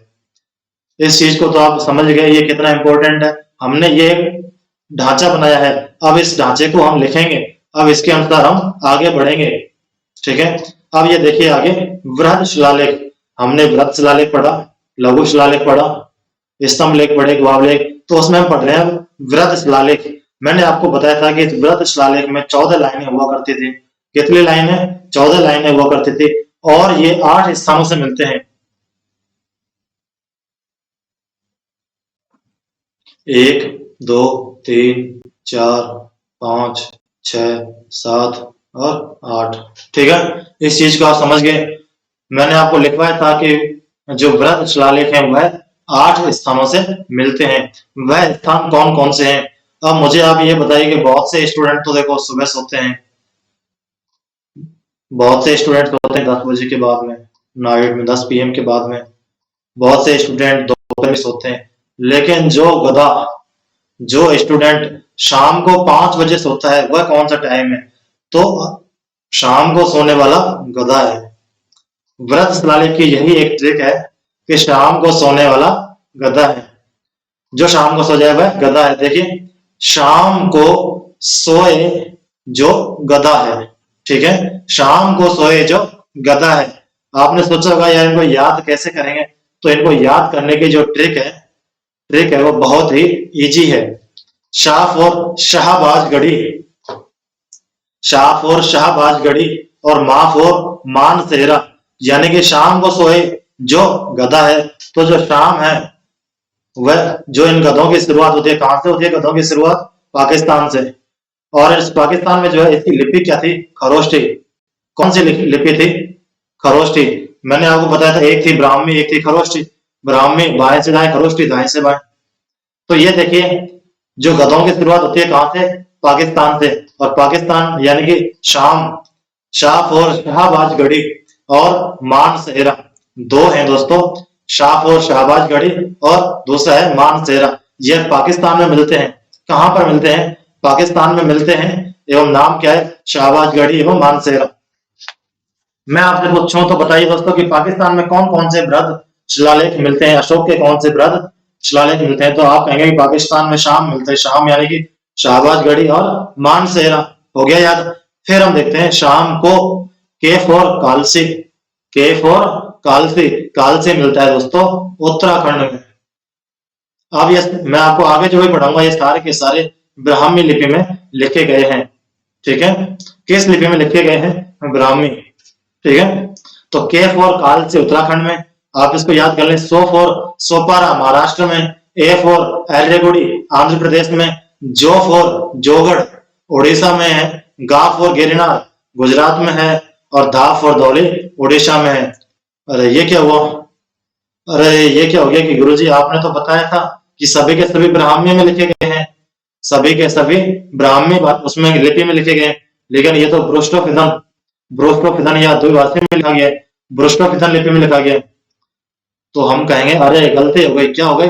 अरे यानी कि एर्रेगुडी, अरे से बना है एर्रेगुडी। जो एर्रेगुडी अपना शिलालेख है, एर्रेगुडी, ये जो आंध्र प्रदेश में है, एर्रेगुडी आंध्र प्रदेश में, अरे वो तो अंधा है, अरे वो तो अंधा है, अरे गलती हो गई। तो जो अरे वाला है, एर्रेगुडी वाला है, यह ब्रोस्टोफिदन में लिखा गया है, और बाकी के सारे ब्राह्मी लिपि में लिखे गए हैं। ये इस वजह से लिखा गया है। अगर हम इसको एर्रेगुडी को नीचे लिख देते तो हमारी ट्रिक खराब हो जाती। और अब आपको याद भी हो गए कि अपने शाम के बाद में जितने भी हैं ब्राह्मण में लिखे गए, किसको छोड़कर? अरे को छोड़कर। अरे अंधा है, अरे गोड़ी आंध्र प्रदेश को छोड़कर। अरे गोड़ी किस में लिखा गया? ब्रोस्ट ऑफ हिदन में। ठीक है, आगे हम देखते हैं। ये हमारी व्रत शिलालेखों की ट्रिक हो गई दोस्तों। 14 है, यानी कि ये इनकी संख्याओं को बताएगा, और ये 8 स्थानों से मिले हैं। शाम को सोए जो गदा है, शाहबाज गढ़ी, मानसेरा पाकिस्तान, काल से उत्तराखंड, काल से सोपेरा, एर्रे गुड़ी, जोगढ़, गिरनार, धौली। आप इन चीजों को याद कर लें, बार बार पढ़ें तभी याद होंगे। ऐसे नहीं है कि मैंने पढ़ाया हो गया याद। ठीक है, एप्पल की स्पेलिंग आपको भी आज इजी लगती है। आपको कोई सोते हुए पूछे ना कि एप्पल की स्पेलिंग बोल बेटा, तो आप सोते हुए भी आंखें बंद करके बोल देंगे। क्यों बोल देंगे? क्योंकि आपने उसको बहुत बार पढ़ा है। आप जब बचपन में पढ़ते थे तो आपको कितनी टफ लगती थी। क्यों लगती थी टफ? क्योंकि आपने उसको फर्स्ट टाइम पढ़ा था। जब आप, हो सकता है आप इसको फर्स्ट टाइम पढ़ रहे हो तो आपको टफ लग रहा होगा, डेफिनेटली लग रहा होगा, मुझे भी लगा। लेकिन जब इसको आप बार बार पढ़ेंगे, बार बार पढ़ेंगे, तब आपको ये एप्पल की तरह बहुत ही आसान लगेगी। और जो एप्पल में मैं आपसे पूछ लूं APPLE, तो मैं आपसे पूछूं कि बताइए निम्न में से एल का कौन सा स्थान है, तो आप कहेंगे सबसे पहले तो एप्पल की स्पेलिंग लिखेंगे कि चौथा स्थान। उसी तरीके से आप इसको भी लिख सकते हैं। कब लिख पाएंगे इसको? जब आपको ये पूरा ढांचा याद होगा। जब आपको ये पूरा ढांचा याद होगा। वो कैसे? कि वृहद अभिलेख, इसमें 14 लाइनें थी जो 8 स्थानों से मिलते हैं। इसकी ट्रिक क्या है? इसकी ट्रिक ये है, अब मैं पूछूं कि आंध्र प्रदेश में कौन सा मिलता है, तो आप कहेंगे अरे गुड़ी। तो आप इसको भी एप्पल की तरह ही याद कर सकते हैं, बता सकते हैं, बशर्ते आपको ये सारा कुछ एप्पल की तरह याद होना चाहिए। एप्पल यानी कि चौथे स्थान पर एल है, उसी तरीके से मैं जो पढ़ा रहा हूं यह भी याद होना चाहिए। ठीक है, भारत में जो लिपि है जो ब्राह्मी है और भारत से बाहर खरोष्टी है। इसको आप देखें दोस्तों, भारत से बाहर दो ही हैं। कौन कौन से? शाहबाजगढ़ी और मानसेरा। ये जो दो लिखे गए हैं पाकिस्तान में है, और पाकिस्तान से बाहर जाते ही इनकी जो लिपि है वह ब्राह्मी हो गई। सॉरी, भारत के अंदर जो लिपि है वह ब्राह्मी है, भारत से बाहर जाते ही खरोष्टी। ज्यादा कुछ काट छाट कर दी, इसमें ज्यादा लिख दिया, इसको थोड़ा सा हटा देते हैं।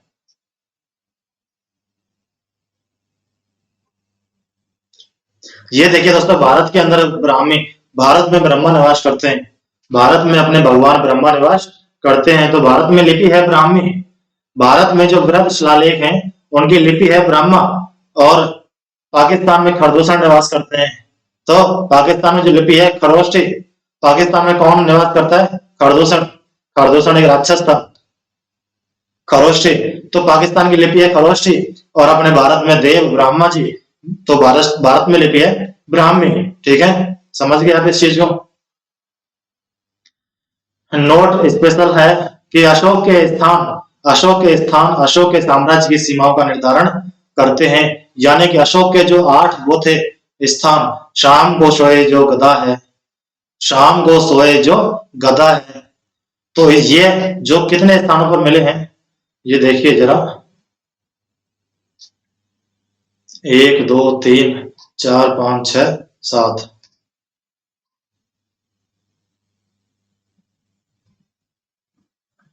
ये जो स्थान है दोस्तों, ये अशोक के 8 जो स्थान है, मैंने आपको बताया था कि 8 14 जो लाइनें थी वह 8 स्थानों को प्रदर्शित करते हैं। वह 8 स्थान को प्रदर्शित करते हैं, जो 8 हैं वह उसकी सीमाओं को निर्धारित करते हैं। जैसे कि मान लो इंडिकेटिंग मैप है दोस्तों, ये ऐसे कोई रियल मैप नहीं है। मान लो ये गुजरात है, ये उड़ीसा है, ये आंध्र प्रदेश है, ये पाकिस्तान में भी थे कुछ, पाकिस्तान में हिंदू कुश पर्वत वगैरह इधर पाकिस्तान में भी थे। यहाँ पर हिंदू कुश पर्वत कहाँ पे था?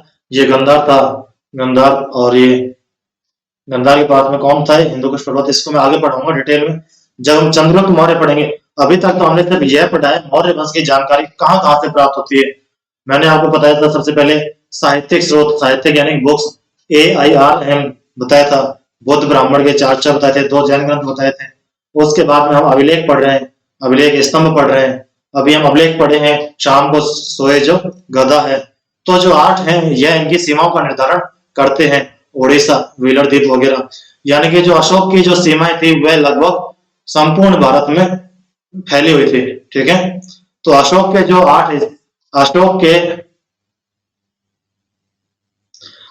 के 8 स्थान।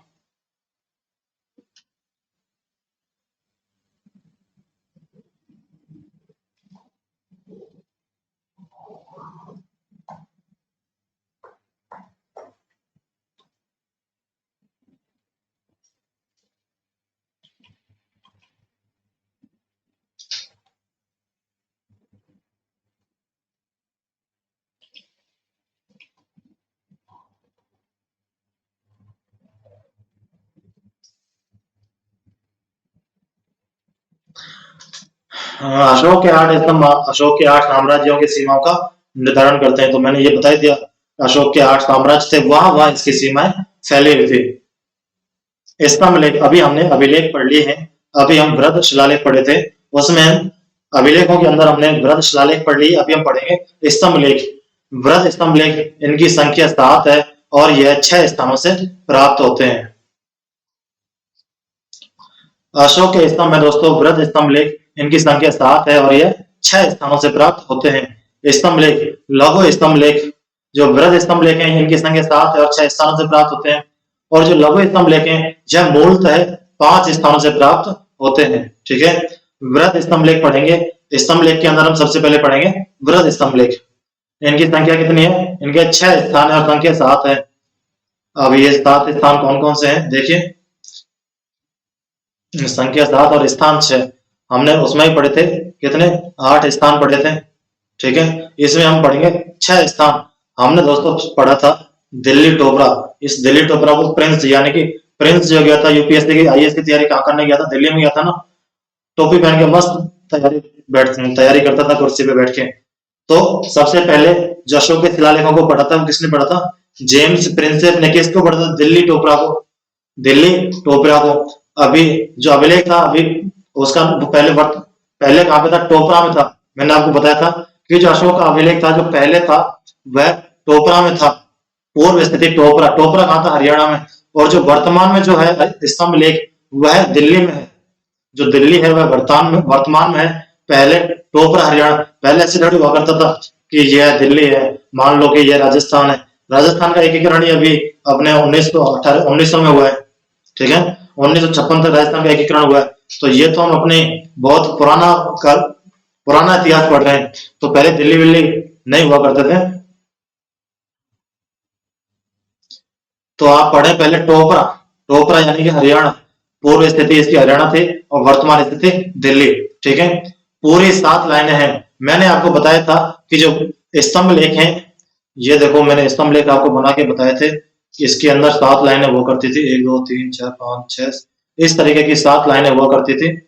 तो जो दिल्ली टोपरा है, प्रिंस जब पढ़ने गया था तो भाई वो तो प्रिंस है, फुल तैयारी के साथ जाएगा, उसके पास कोई कमी न रहेगी।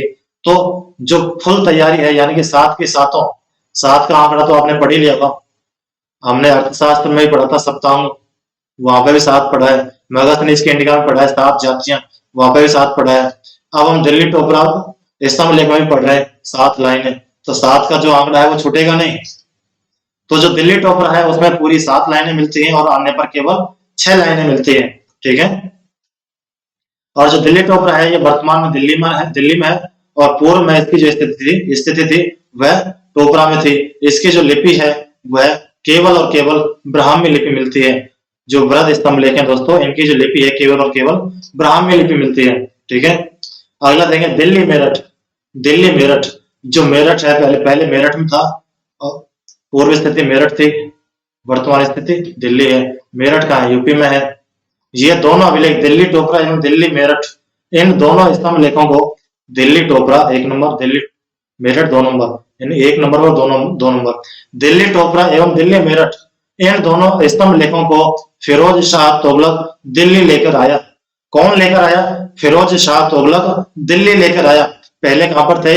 पहले टोपरा में था और एक मेरठ में था। टोपरा हरियाणा में था और मेरठ यूपी में है। ठीक है, फिर हम पढ़ते हैं तीसरा नंबर का, लौरिया अरेराज में। लौरिया कहां पर? अरेराज में। फिर है लौरिया नंदनगढ़ में। ये देखिए 2 है स्तंभ लेख, एक लौरिया अरेराज वाला, एक लौरिया नंदनगढ़ वाला। और 5वां है रामपुरवा का अभिलेख, 6वां है प्रयाग कौशाम्बी का अभिलेख, प्रयाग कौशाम्बी का अभिलेख। दोस्तों ये जितनी जानकारी है उतनी सफिशियंट है। ये हो सकता है कहीं मुझे मिली नहीं है, इस वजह से मैंने यहाँ लिखा नहीं है। आपने सोचा कि सर ये क्यों नहीं लिखा, ये जैसे ही मुझे जानकारी मिलेगी तो मैं आपको जरूर बताऊंगा। मैंने इससे पहले भी एक जानकारी नहीं मिली है, वह मुझे उस टाइम याद नहीं आई, मिलते ही मैं आपको उसका भी आंसर बताऊंगा। लौरिया राज, लौरिया नंदनगढ़, लौरिया में दो थे। एक फिर था राम, ये था राम पोखा या रामपुरवा, फिर था प्रयाग कौशाम्बी में। ये जो तीन अभिलेख थे, लौरिया अरराज और लौरिया नंदनगढ़ और रामपुरवा वाले, ये बिहार के चंपारण जिले में है। ये बिहार के चंपारण जिले में है। और जो प्रयाग, ये कहा यूपी में है ना, तो प्रयाग कौशाम्बी अकबर द्वारा इलाहाबाद के किले में, अकबर द्वारा इलाहाबाद के किले में लाया गया। ये देखिए दिल्ली के थे दो, तो दिल्ली टोपरा, दिल्ली मेरठ, इनको तो फिरोज शाह तोगला दिल्ली लेकर आया। और जो प्रयाग कौशाम्बी वाला था, इसको अकबर इलाहाबाद के किले में लगवाया था। तो दोस्तों ये हो गई हमारी आज की क्लास। हमने सबसे पहले मगध पर हर्यक पढ़ा, फिर शिशुनाग पढ़ा, फिर हमने नंद वंश को पढ़ा, फिर हमने इस पर विदेशी आक्रमण भी पढ़े, विदेशी आक्रमण भी पढ़े। इस विदेशी आक्रमण के बाद में हम अब मौर्य वंश की स्टार्टिंग पढ़ रहे हैं। मौर्य वंश की स्टार्टिंग में हमने साहित्यिक स्रोत पढ़े हैं, फिर कुछ अभिलेख वाले स्रोत पढ़े हैं। साहित्यिक स्रोत में हमने पढ़े हैं AIR, ठीक है, अर्थशास्त्र indica, R for Rajatarangini, M for Megasthenes, ये पढ़े। फिर ब्राह्मण, बौद्ध और जैन ग्रंथ पढ़े। ये दोस्तों अपनी कॉपी के ऊपर जरूर लिखना, जहां पर भी आप स्टार्ट करो ये इंग्लिश में लिखना। आपको सिर्फ एक इतना सा याद करना है, इसमें हर एक वंश में भी आप लिख सकते हैं, तीन ऐसे बना के हर एक वंश में कौन कौन से उत्तराधिकारी हुए, बिंबिसार, अजातशत्रु, उदयन, नागदशक, शिशुनाग में कौन कौन से हुए, ठीक है। फिर नंद वंश है, फिर ये विदेशी आक्रमणकारी है, ईरानी हुए, यूनानी हुए। फिर है मौर्य वंश। मौर्य वंश में हम सबसे पहले पढ़ रहे हैं ये चंद्रगुप्त पढ़ रहे हैं। इसमें भी हम क्या पढ़ रहे हैं, इसकी साहित्यिक स्रोत, यानी कि इसकी जानकारी कहाँ कहाँ से मिलती है, तो ये हम पढ़ रहे हैं साहित्यिक स्रोत। साहित्यिक स्रोत में हम पढ़ रहे हैं AIR, फिर ब्राह्मण, बौद्ध और जैन ग्रंथ। अब हम पढ़ रहे हैं इधर, ये तो हो गए अपने साहित्यिक स्रोत, और एक ये हम पढ़ रहे हैं प्राचीन, हम कहें तो जो अभिलेख है, स्तंभ लेख है, गुहा अभिलेख है, ये हम पढ़ रहे हैं। तो इस तरीके से आप अपने जहां पे भी नोट स्टार्ट होते हैं वहां पर सबसे पहले इसको बना लें, जिससे कि आपको एक पूरा स्टोरी आपको याद हो जाए। अच्छा ऐसा ऐसा है, बड़ा मजा आएगा याद करने में। तो ठीक है दोस्तों, आज की क्लास यहीं समाप्त करते हैं, काफी लंबी हो चुकी है आज की क्लास। धन्यवाद दोस्तों।